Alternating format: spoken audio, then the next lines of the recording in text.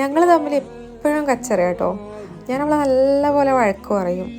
എനിക്ക് പറ്റുന്ന കാര്യങ്ങൾ ചിലപ്പോൾ അവൾക്ക് പറ്റില്ല. ഞാൻ മുടി കെട്ടിത്തരട്ടെ എന്ന് പറഞ്ഞാൽ അവൾക്ക് അവളുടെ ഇഷ്ടം, ഡ്രസ്സ് അവളുടെ ഇഷ്ടം, അതൊക്കെ മാറിയിപ്പം. അതൊക്കെ അക്സെപ്റ്റ് ചെയ്യാൻ എനിക്കിപ്പോൾ ഭയങ്കര ബുദ്ധിമുട്ടാണ്. കാരണം ഇത്രയും കാലം ഞാൻ ചെയ്തു കൊടുത്തിരുന്നു, പക്ഷെ ഇപ്പോൾ അവൾ സ്വന്തമായിട്ട് ചെയ്യുന്നത്, അതൊക്കെ അക്സെപ്റ്റ് ചെയ്യാൻ എനിക്കിപ്പോഴും പറ്റിയിട്ടില്ല കേട്ടോ.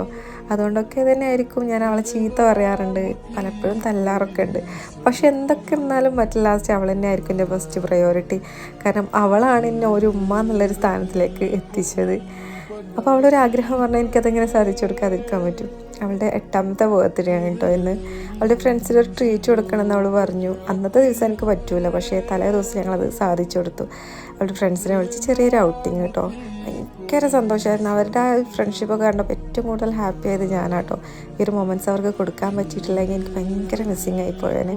എന്തായാലും അവൾ ഹാപ്പിയാണ്. എനിക്ക് ഉറപ്പാണ് അവൾ എന്നോട് എപ്പോഴും താങ്ക്ഫുൾ ആയിരിക്കും ഈ ഒരു കാര്യത്തിൽ. എനിക്കത്